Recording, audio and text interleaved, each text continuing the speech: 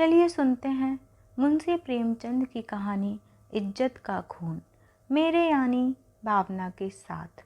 मैंने कहानियों और इतिहासों में तकदीर के उलटफेर की अजीबोगरीब दास्तानें पढ़ी हैं। शाह को भिकमंगा और भिकमंगों को शाह बनते देखा है। तकदीर एक छिपा हुआ भेद है। गलियों में टुकड़े चुनती हुई औरतें सोने के सिंहासन पर बैठ गईं और वह ऐश्वर्य के मतवाले जिनके इशारे पर तकदीर भी सिर झुकाती थी, आन की शान में चील कौओं का शिकार बन गए हैं। पर मेरे सर पर जो कुछ बीती उसकी नज़ीर कहीं नहीं मिलती। आह, उन घटनाओं को आज याद करती हूँ तो रोंगटे खड़े हो जाते हैं और हैरत होती है कि अब तक मैं क्यों और क्यों कर जिंदा हूँ। सौंदर्य लालसाओं का स्रोत है। मेरे दिल में क्या लालसाएं ना थीं, पर आह, निष्ठुर भाग्य के हाथों में मिटी। मैं क्या जानती थी कि वह आदमी जो मेरी एक एक अदा पर कुर्बान होता था, एक दिन मुझे इस तरह जलील और बर्बाद करेगा। आज 3 साल हुए जब मैंने इस घर में कदम रखा। उस वक्त ये घर एक हरा भरा चमन था। मैं इस चमन की बुलबुल थी, हवा में उड़ती थी, डालियों पर चहकती थी, फूलों पर सोती थी। सईद मेरा था, मैं सईद की थी। इस संगमरमर के हौज के किनारे हम मोहब्बत के पासे खेलते थे। तुम मेरी जान हो, मैं उनसे कहती थी, तुम मेरे दिलवर हो। हमारी जायदाद लंबी चौड़ी थी। जमाने की कोई फिक्र, जिंदगी का कोई गम ना था। हमारे लिए जिंदगी सा शरीर आनंद एक अनंत चाह और बिहार का तिलिस्म थी, जिसमें मुरादें खिलती थीं और खुशियाँ हंसती थीं। जमाना हमारी इच्छाओं पर चलने वाला था। आसमान हमारी भलाई चाहता था और तकदीर हमारी साथी थी। एक दिन सईद ने आकर कहा, मेरी जान, मैं तुमसे एक विनती करने आया हूँ। देखना इन मुस्कुराते हुए होंठों पर इनकार का हर्फ न आए। मैं चाहता हूँ कि अपनी सारी मिल्कियत, सारी जायदाद तुम्हारे नाम चढ़वा दूँ। मेरे लिए तुम्हारी मोहब्बत काफ़ी है। यही मेरे लिए सबसे बड़ी नेमत है। मैं अपनी हकीकत को मिटा देना चाहता हूँ। चाहता हूँ कि तुम्हारे दरवाजे का फ़कीर बन कर के रहूँ। तुम मेरी नूरजहाँ बन जाओ, मैं तुम्हारा सलीम बनूंगा और तुम्हारी मूंगे जैसी हथेली के प्यालों पर उम्र बसर करूंगा। मेरी आंखें भर आईं। खुशियाँ चोटी पर पहुंचकर आंसू की बूंद बन गईं। पर अभी पूरा साल भी न गुजरा था कि मुझे सईद के मिजाज में कुछ तब्दीली नजर आई। हमारे दरमियान कोई लड़ाई झगड़ा या बदमजगी ना हुई थी, मगर अब वह सईद ना था जिसे एक लम्हे के लिए भी मेरी जुदाई दूभर थी। अब वह रात की रात गायब रहता। उसकी आंखों में प्रेम की वह उमंग ना थी, ना अंदाजों में वह प्यास, ना मिजाज में वह गर्मी। कुछ दिनों तक इस रूखेपन ने मुझे खूब रुलाया। मोहब्बत के मजे याद आ आकर तड़पा देते। मैंने पढ़ा था कि प्रेम अमर होता है। क्या वह स्रोत इतनी जल्दी सूख गया? आह नहीं, वह अब किसी दूसरे चमन को सादाब करता था। आखिर मैं भी सईद से आंखें चुराने लगी। बेदिली से नहीं, सिर्फ इसलिए कि अब मुझे उससे आंख मिलाने की ताव ना थी। उसे देखते ही मोहब्बत के हजारों करिश्मे नज़रों के सामने आ जाते और आंखें भर जाती। मेरा दिल अब भी उसकी तरफ खिंचता था। कभी कभी बेअख्तियार जी चाहता कि उसके पैरों पर गिरूं और कहूं, मेरे दिलदार, ये बेरहमी क्यों? क्या तुमने मुझसे मुंह फेर लिया है? मुझसे क्या खता हुई? लेकिन इस स्वाभिमान का बुरा हो जो दीवार बनकर रास्ते में खड़ा हो जाता। यहाँ तक कि धीरे धीरे दिल में भी मोहब्बत की जगह हसद ने ले ली। निराशा के धैर्य ने दिल को तस्कीन दी। मेरे लिए सईद अब बीते हुए बसंत का एक भूला हुआ गीत था। दिल की गर्मी ठंडी हो गई, प्रेम का दीपक बुझ गया। यही नहीं, उसकी इज्जत भी मेरे दिल से रुखसत हो गई। जिस आदमी के प्रेम के पवित्र मंदिर में मैला भरा हुआ हो, वह हरगिज इस योग्य नहीं कि मैं उसके लिए घुलूं और मरूं। एक रोज शाम के वक्त मैं अपने कमरे में पलंग पर पड़ी एक किस्सा पढ़ रही थी। तभी अचानक एक सुंदर स्त्री मेरे कमरे में आई। ऐसा मालूम हुआ कि जैसे कमरा जगमगा उठा।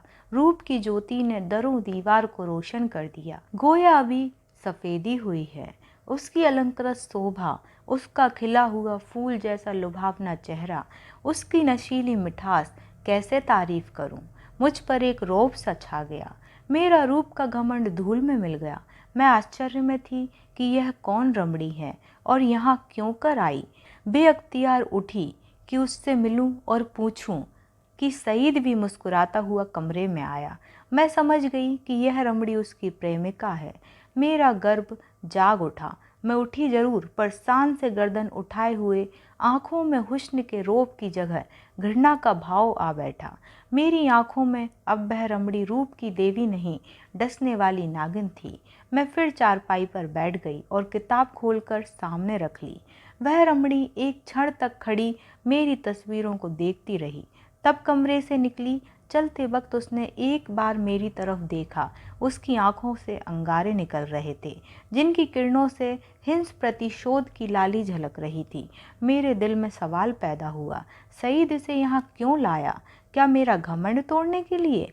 जायदाद पर मेरा नाम था, पर वह केवल एक भ्रम था। उस पर पूरा अधिकार सईद का था। नौकर भी उसी को अपना मालिक समझते थे और अक्सर मेरे साथ ढिठाई से पेश आते थे। मैं सब्र के साथ जिंदगी के दिन काट रही थी। जब दिल में उमंगें ना रहीं तो पीड़ा क्यों होती? सावन का महीना था, काली घटा छाई हुई थी और रिमझिम बूंदें पड़ रही थीं। बगीचे पर हसद का अंधेरा और सिहास दरख्तों पर जुगनुओं की चमक ऐसी मालूम होती थी जैसे कि उनके मुंह से चिंगारियां जैसी आहें निकल रही हैं। मैं देर तक हसद का यह तमाशा देखती रही। कीड़े एक साथ चमकते थे और एक साथ बुझ जाते थे। गोया रोशनी की बाड़ें छूट रही थीं। मुझे भी झूला झूलने और गाने का शौक हुआ। मौसम की हालतें हसद के मारे हुए दिलों पर भारी जादू कर जाती हैं। बगीचे में एक गोल बंगला था। मैं उसमें गई और बरामदे की एक कड़ी में झूला डलवा कर झूलने लगी। मुझे आज मालूम हुआ कि निराशा में भी एक आध्यात्मिक आनंद होता है, जिसकी हाल उसको नहीं मालूम जिसकी इच्छाएं पूर्ण है। मैं चाव से मल्हार गाने लगी। सावन ब्रह और शोक का महीना है।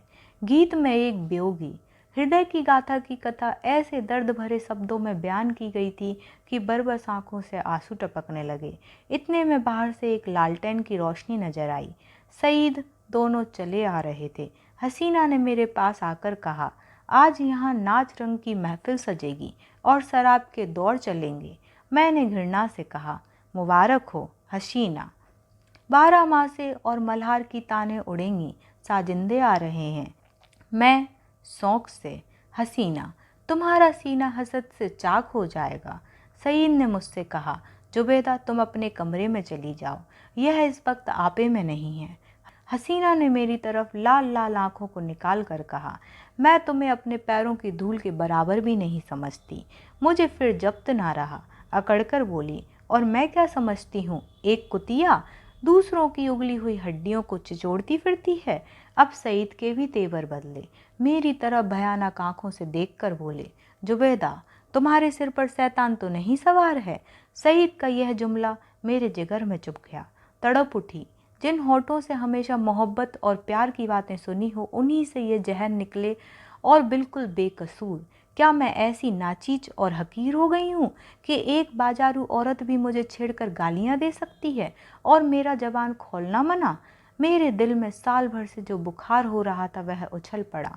मैं झूले से उतर पड़ी और सईद की तरफ शिकायत भरी निगाहों से देखकर बोली, शैतान मेरे सर पर सवार है या तुम्हारे सर पर? इसका फैसला तुम खुद कर सकते हो। सईद, मैं तुमको अब तक शरीफ और गैरत वाला समझती थी। बेवफाई की इसका मलाल मुझे ज़रूर था, मगर मैंने सपनों में भी ये ना सोचा था कि तुम गैरत से इतने खाली हो कि हया फरोश औरत के पीछे मुझे इस तरह जलील करोगे। इसका बदला तुम्हें खुदा से मिलेगा। हसीना ने तेज होकर पूछा, तू मुझे हया फरोश कहती है? मैं बेशक कहती हूँ सईद, और मैं बेगैरत हूँ? मैं बेशक बेगैरत ही नहीं, सौबदेबाज, मक्कार, पापी, सब कुछ। यह अल्फाज बहुत घिनावने हैं, लेकिन मेरे गुस्से के इजहार के लिए काफ़ी नहीं। मैं ये बातें कह रही थी कि यकायक सईद के लंबे तगड़े हट्टे कट्टे नौकर ने मेरी दोनों बाहें पकड़ लीं और पलक मारते भर में हसीना ने झूले की रस्सियां उतारकर मुझे बरामदे के एक लोहे के खंबे से बांध दिया। इस वक्त मेरे दिल में क्या ख्याल आ रहे थे यह याद नहीं, पर मेरी आंखों के सामने अंधेरा छा गया था। ऐसा मालूम होता था कि यह तीनों इंसान नहीं, यमदूत हैं। गुस्से की जगह दिल में डर समा गया था। इस वक्त अगर कोई रोबी ताकत मेरे बंधनों को काट देती, मेरे हाथों में आबदार खंजर दे देती, तो भी ज़मीन पर बैठकर अपनी जिल्लत और बेकसी पर आंसू बहाने के सिवा और कुछ ना कर सकती थी। मुझे ख्याल आता था कि शायद खुदा की तरफ से मुझ पर यह कहर नाजिल हुआ है, शायद मेरी बेनमाजी और बेदीनी की ये सज़ा मिल रही है। मैं अपनी पिछली ज़िंदगी पर निगाह डाल रही थी कि मुझसे कौन सी गलती हुई है जिसकी यह सज़ा है। मुझे इस हालत में छोड़कर तीनों सूरतें कमरे में चली गईं। मैंने समझा मेरी सज़ा खत्म हुई, लेकिन क्या यह सब मुझे यूं ही बंधा रखेंगे? लौंडिया मुझे इस हालत में देख लें तो क्या कहें? नहीं, अब मैं इस घर में रहने के काबिल ही नहीं। मैं सोच रही थी कि रस्सियां क्यों कर खोलूं, लेकिन अफसोस मुझे ना मालूम था कि अभी तक जो मेरी गति हुई है वह आने वाली बेरहमियों का सिर्फ बयाना है। मैं अब तक ना जानती थी कि वह छोटा आदमी कितना बेरहम, कितना कातिल है। मैं अपने दिल से बहस कर रही थी कि यह जिल्लत मुझ पर कहाँ तक है। अगर मैं हसीना की उन दिल जलाने वाली बातों का जवाब ना देती तो क्या यह नौबत ना आती? आती, और ज़रूर आती। वह काली नागिन मुझे डसने का इरादा करके चली थी, इसलिए उसने ऐसे दिल दुखाने वाले लहजे में ही बात शुरू की थी। मैं गुस्से में आकर उसको लान तान करूं और उसे मुझे जलील करने का बहाना मिल जाए। पानी जोर से बरसने लगा। बौछारों से मेरा सारा शरीर तर हो गया था। सामने गहरा अंधेरा था। मैं कान लगाए सुन रही थी कि अंदर क्या मिसकोट हो रही है, मगर मेह की सनसनाहट के कारण आवाज़ें साफ न सुनाई देती थीं। इतने में लालटेन फिर से बरामदे में आई और तीनों उरावनी सूरतें फिर सामने आकर खड़ी हो गईं। अब की उस खून परी के हाथों में एक पतली सी कमची थी। उसके तेवर देखकर मेरा खून सर्द हो गया। उसकी आंखों में एक खून पीने वाली दहशत, एक कातिल पागलपन दिखाई दे रहा था। मेरी तरफ शरारत भरी नज़रों से देखकर बोली, बेगम साहिबा, मैं तुम्हारी बद जवानियों का ऐसा सबक देना चाहती हूँ जो तुम्हें सारी उम्र याद रहे। और मेरे गुरु ने बतलाया है कि कमची से ज़्यादा देर तक ठहरने वाला और कोई सबक नहीं होता। यह कहकर उस जालिम ने मेरी पीठ पर एक कमची जोर से मारी। मैं तिलमिला गई। मालूम हुआ कि किसी ने पीठ पर आग की चिंगारी रख दी। मुझसे जब्त ना हो सका। माँ बाप ने कभी फूल की छड़ी से भी ना मारा था। जोर से चीख मार मार कर रोने लगी। स्वाभिमान, लज्जा सब लुप्त हो गई। कमची की डरावनी और रोशन असलियत के सामने और भावनाएं गायब हो गईं। उन हिंदू देवियों के दिल शायद लोहे के होते होंगे जो अपनी आन पर आग में कूद पड़ती थीं। मेरे दिल पर तो इस वक्त यही ख्याल छाया हुआ था कि इस मुसीबत से क्यों कर छुटकारा हो। सईद तस्वीर की तरह खामोश खड़ा था। मैं उसकी तरफ फरियाद की आंखों से देखकर बड़ी बिनती के स्वर में बोली, सईद, खुदा के लिए मुझे इस जालिम से बचाओ। मैं तुम्हारे पैरों पड़ती हूँ। तुम मुझे जहर दे दो, खंजर से गर्दन काट दो, लेकिन यह मुसीबत सहने की मुझ में ताव नहीं। उन दिलजोइयों को याद करो, मेरी मोहब्बत को याद करो। उसी के सदके इस वक्त मुझे इस अजाब से बचाओ। खुदा तुम्हें इसका इनाम देगा। सईद इन बातों से कुछ पिघला। हसीना की तरफ डरी हुई आंखों से देखकर बोला, जरीना, मेरे कहने से अब जाने दो। मेरी खातिर से इन पर रहम करो। जरीना तेर बदल कर बोली, तुम्हारी खातिर से सब कुछ कर सकती हूँ, गालियाँ नहीं बर्दाश्त कर सकती। सईद, क्या अभी तुम्हारे ख्याल में गालियों की काफ़ी सज़ा नहीं हुई? जरीना, तब तो आपने मेरी इज्जत की खूब कद्र की। मैंने रानियों से चिलमचियाँ उठवाई हैं। यह बेगम साहिबा है किस ख्याल में? मैं इसे अगर कुछ छुरी से काटूं तब भी इसकी बदजवानियों की काफ़ी सज़ा ना होगी। सईद, मुझसे अब यह जुल्म नहीं देखा जाता। जरीना, आंखें बंद कर लो। सईद, जरीना, गुस्सा ना दिलाओ। मैं कहता हूँ अब इन्हें माफ़ करो। जरीना ने सईद को ऐसी हिकारत भरी आंखों से देखा गोया वह उसका गुलाम है। खुदा जाने उस पर उसने क्या मंतर मार दिया था कि उसमें खानदानी गैरत और बड़ाई और इंसानियत का जरा भी एहसास बाकी ना रहा था। वह शायद उसे गुस्से जैसे मर्दानाज जज्बे के काबिल ही ना समझती थी।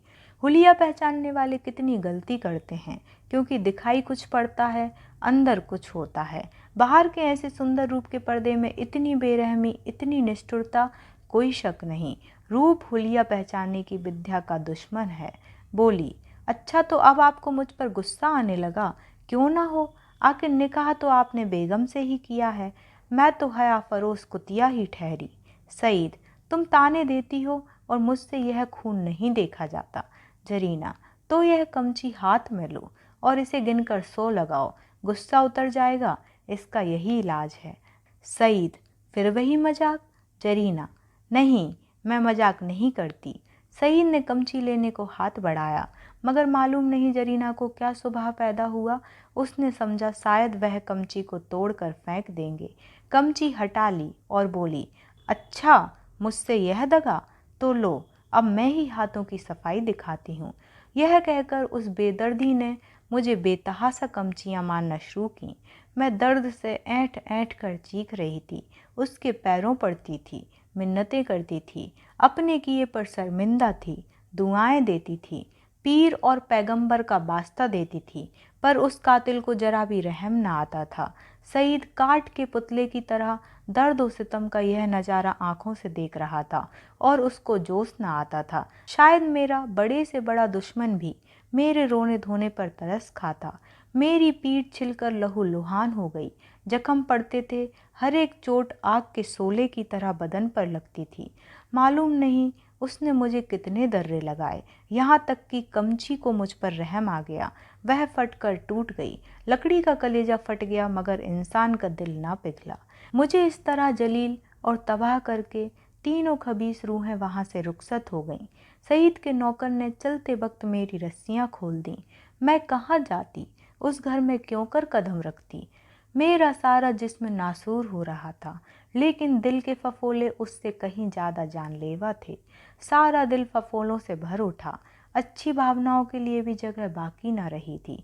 उस वक्त मैं किसी अंधे को कुएं में गिरते देखती तो मुझे हंसी आती, किसी यतीम का दर्दनाक रोना सुनती तो उसका मुंह चिढ़ाती। दिल की हालत में एक ज़बरदस्त इनकलाब हो गया था। मुझे गुस्सा ना था, गम ना था, मौत की आरजू ना थी, यहाँ तक कि बदला लेने की भावना ना थी। उस इंतहाई जिल्लत ने बदला लेने की इच्छा को भी खत्म कर दिया था। हालांकि मैं चाहती तो कानूनन सईद को शिकंजे में ला सकती थी, उसे दाने दाने के लिए तरसा सकती थी, लेकिन यह बेइज्जती, यह बेआबरूई, यह पामाली बदले के ख्याल के दायरे से बाहर थी।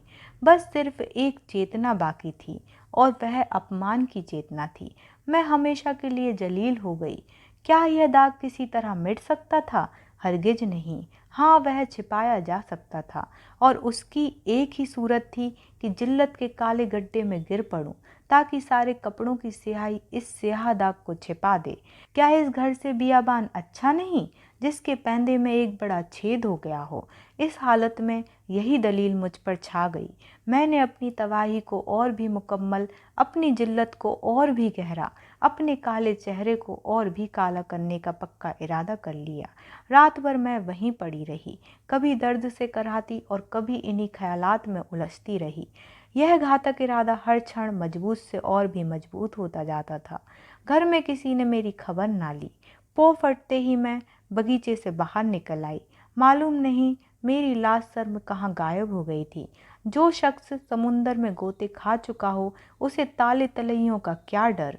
मैं जो दरो दीवार से शर्माती थी, इस वक्त शहर की गलियों में बेधड़क चली जा रही थी।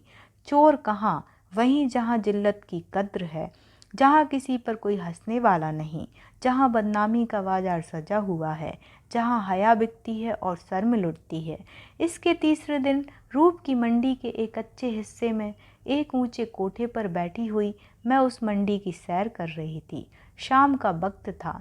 नीचे सड़क पर आदमियों की ऐसी भीड़ थी कि कंधे से कंधा छिलता था। आज सावन का मेला था। लोग साफ सुथरे कपड़े पहनकर कतार की कतार दरिया की तरफ जा रहे थे। हमारे बाजार की बेशकीमती जीन्स भी आज नदी के किनारे सजी हुई थी। कहीं हसीनों के झूले थे, कहीं सावन की मीत, लेकिन मुझे इस बाजार की सैर दरिया के किनारे से ज़्यादा पुरलुफ्त मालूम होती थी। ऐसा मालूम होता था कि शहर की और सब सड़कें बंद हो गई हैं, सिर्फ यही तंग गली खुली हुई है, और सबकी निगाहें कोठों की ही तरफ लगी थीं। गोया वह जमीन पर नहीं चल रहे हैं, हवा में उड़ना चाहते हैं। हाँ, पढ़े लिखे लोगों को मैंने इतना बेधड़क नहीं पाया। वह भी घूरते थे मगर कनखियों से। अधेड़ उम्र के लोग सबसे ज़्यादा बेधड़क मालूम होते थे। शायद उनकी मनसा जवानी के जोश को जाहिर करना थी। बाजार क्या था? एक लंबा चौड़ा थिएटर था। लोग हंसी दिल लगी करते थे, लुत्फ उठाने के लिए नहीं, हसीनों को सुनाने के लिए। मुंह दूसरी तरफ था, निगाह किसी दूसरी तरफ। बस भांडों और नक्कालों की मजलिस थी। यकायक सईद की फिंटन नजर आई। मैं उस पर कई बार सैर कर चुकी थी। सईद अच्छे कपड़े पहने अकड़ा हुआ बैठा था। ऐसा सजीला बांका जवान सारे शहर में ना था। चेहरे मोहरे से मर्दानापन बरसता था। उसकी आंख एक बार मेरे कोठे की तरफ उठी और नीचे झुक गई। उसके चेहरे पर मुर्दनी सी छा गई, जैसे किसी जहरीले सांप ने काट खाया हो। उसने कोचबान से कुछ कहा। दम के दम में फिंटन हवा हो गई। इस वक्त उसे देखकर मुझे जो द्वेषपूर्ण प्रसन्नता हुई, उसके सामने उस जानलेवा दर्द की कोई हकीकत ना थी। मैंने जलील होकर उसे जलील कर दिया। यह कटार कमचियों से कहीं ज़्यादा तेज थी। उसकी हिम्मत ना थी कि अब मुझसे आंख मिला सके। नहीं, मैंने उसे हरा दिया। उसे उम्र भर के लिए कैद में डाल दिया। इस काल कोठरी से अब उसका निकलना गैर मुमकिन था, क्योंकि उसे अपने खानदान के बड़प्पन का घमंड था। दूसरे दिन भोर में खबर मिली कि किसी कातिल ने मिर्जा सईद का काम तमाम कर दिया। उसकी लाश उसी बगीचे के गोल कमरे में मिली। सीने में गोली लगी हुई थी। 9 बजे दूसरी खबर सुनाई दी। जरीना को भी किसी ने रात के वक्त कत्ल कर डाला था। उसका सर तन जुदा कर दिया था। बात को जांच पड़ताल से मालूम हुआ कि यह दोनों वारदातें सईद के ही हाथों हुई। उसने पहले जरीना को उसके मकान पर कत्ल किया और तब अपने घर आकर अपने सीने में गोली मारी। इस मर्दाना गैरतमंदी ने सईद की मोहब्बत मेरे दिल में ताज़ा कर दी। शाम के वक्त मैं अपने मकान पर पहुंच गई। अभी मुझे यहाँ से गए सिर्फ 4 दिन गुजरे थे, मगर ऐसा मालूम हो रहा था कि बरसों के बाद आई हूँ। दरो दीवार पर हसरत छाई हुई थी। मैंने घर में पाँव रखा तो बरबस सईद की मुस्कुराती हुई सूरत आंखों के सामने आकर खड़ी हो गई। वही मर्दाना हुस्न, वही बांकपन, वही मनुहार की आंखें। वे अख्तियार मेरी आंखें भर आईं और दिल से एक ठंडी आह निकल आई। गम इसका ना था कि सईद ने क्यों जान दे दी। नहीं, उसकी मुजरिमाना बेहिसी और रूप के पीछे भागना, इन दोनों बातों को मैं मरते दम तक माफ़ न करूँगी। गम ये था कि यह पागलपन उसके सिर में समाया क्यों। इस वक्त दिल की जो कैफियत है, उससे मैं समझती हूँ कि कुछ दिनों में सईद की बेवफाई और बेरहमी का घाव भर जाएगा। अपनी जिल्लत की याद भी शायद मिट जाए, मगर उसकी चंद रोज़ा मोहब्बत का नक्श बाकी रहेगा। और अब यही मेरी ज़िंदगी का सहारा है। और यहाँ कहानी समाप्त होती है।